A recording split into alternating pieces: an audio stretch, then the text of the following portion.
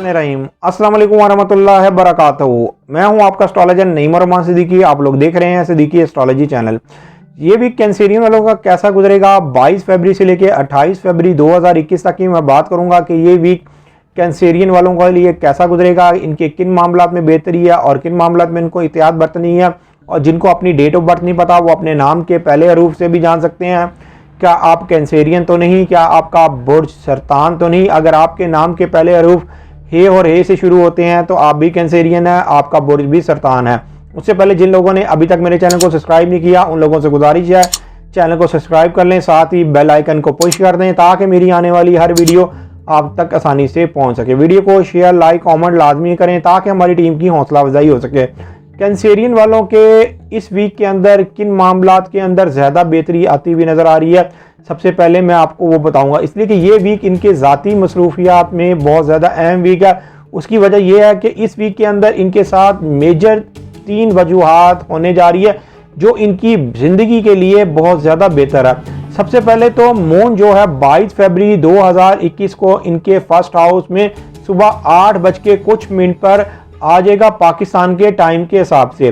तो ये वीक इनकी ज़ाती मसरूफियात में बहुत ज़्यादा गुजरने वाला, ख़ास तौर पर इस वीक के जो पहले 2 दिन हैं वो इनके लिए बहुत ज़्यादा बेहतर साबित होने वाले हैं। इसलिए कि जैसे ही इनका जो हाकिम सितारा इनके फर्स्ट हाउस में आएगा वो इनके 11th हाउस के साथ भी अच्छी नज़र बनाएगा, वो इनके 9th हाउस के साथ भी अच्छी नज़र बनाएगा। 9th हाउस में इस वक्त इनके नेपच्यून है और सूरज है। सूरज जो इनके 2nd हाउस का हाकिम सितारा है। हालांकि सूरज जो 18 फरवरी 2021 को 3:45 पर जो पिछले वीक में इनके 9th हाउस में आने की वजह से इनके कई मामलात में बेहतरी आना शुरू हो गई होगी। उसकी वजह यह है कि सूरज इनके जो पिछले वीक में 9th हाउस में आया था, इस वीक के अंदर वीनस ने भी इनके 9th हाउस में आ जाना है। 25 फरवरी 2021 को वीनस ने भी इनके 9th हाउस में आ जाना है। वीनस इस वक्त इनके 8th हाउस में है, लेकिन इस वीक के अंदर जो फुल मून होगा वो इनके 3rd हाउस में होगा। फुल मून होने की वजह से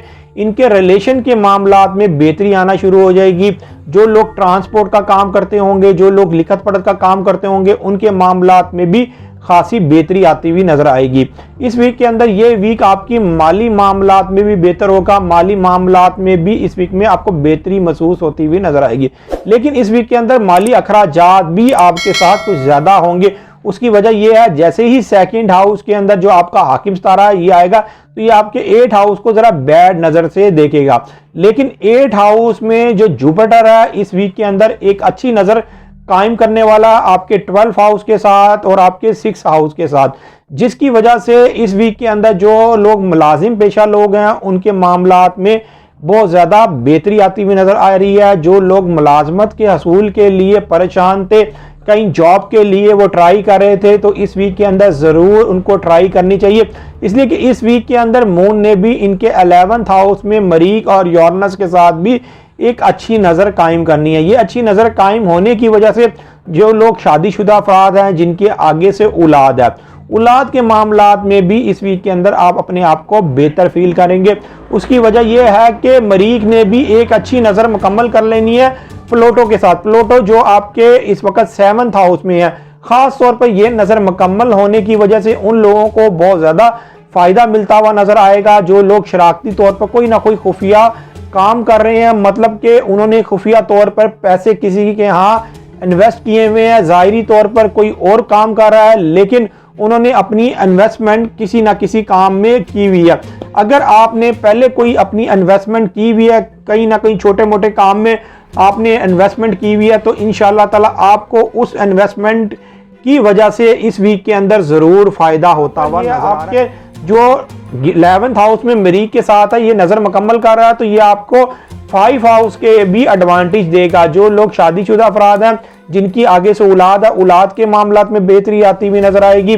जो लोग इम्तिहान देना चाहते हैं उनके इम्तिहान के मामलात में बेहतरी आती हुई नज़र आएगी।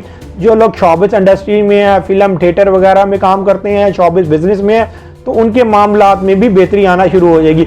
उसकी एक और वजह यह है कि वीनस जैसे ही 9th हाउस में जाएगा तो उनके लिए ये मज़ीद और बेहतर साबित होगा।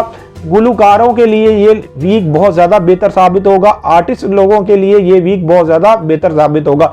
जो लोग डॉक्टर सर्जन वगैरह हैं, पुलिस और फौज के अंदर हैं, उनके लिए भी ये वीक बेहतर साबित होगा।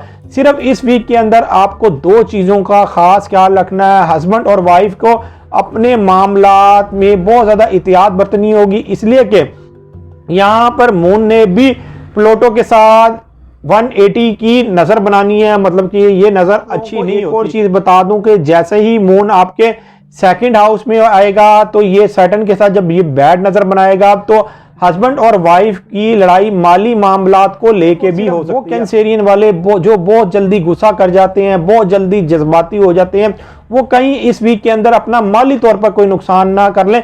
ये गुस्से और जज्बात में आके कोई माली तौर पर नुकसान ना कर लें। उनको ये चाहिए कि इस वीक के अंदर गुस्सा ना करें, जज्बाती ना हो, जो मामला करना है वो ठंडे दिमाग से करें। इंशाअल्लाह ताला मामलात आपके बेहतर होते हुए नजर आएंगे। इसलिए कि वैसे भी जो आपके थर्ड हाउस का जो हाकिम सितारा मरकरी ये 21 फरवरी 2021 को सीधा हो गया है, जिसकी वजह से आपके जो दिमागी मामलात में कुछ ना कुछ खराबी, ना कुछ आपको ज़हनी डिप्रेशन रहा होगा। अब आप उस ज़हनी डिप्रेशन से बाहर आ गए। हाँ, जो कैंसेरियन वाले सालों साल से परेशान हैं उनको ये चाहिए कि वो अपना पैदाइशी जायचा बनवाएं। पैदाइशी जायचा बनाने के बाद जो भी आपकी रेमेडीज बनती हैं वो करके देखें, इंशाअल्लाह ताला आपको भी फायदा मिलता हुआ नजर आएगा। जो लोग अपना पैदाइशी जायचा बनवाना चाहते हैं, ये मेरा सेल नंबर लिखा हुआ, आप इस पर राब्ता करके अपना पैदाइशी जायचा बनवा सकते हैं। पैदाइशी जायचे की थोड़ी बहुत फीस तो होती है, लेकिन आपकी बेहतर रहनुमाई कर दी जाती है। उम्मीद ये करता हूँ मेरी ये वीडियो आप लोगों को बहुत पसंद आई होगी। मेरी इस वीडियो को शेयर, लाइक, कमेंट और मेरे चैनल को सब्सक्राइब करना ना भूलिएगा। और ख़ास तौर पर अपनी खुसूसी दुआओं में मुझे याद रखिएगा।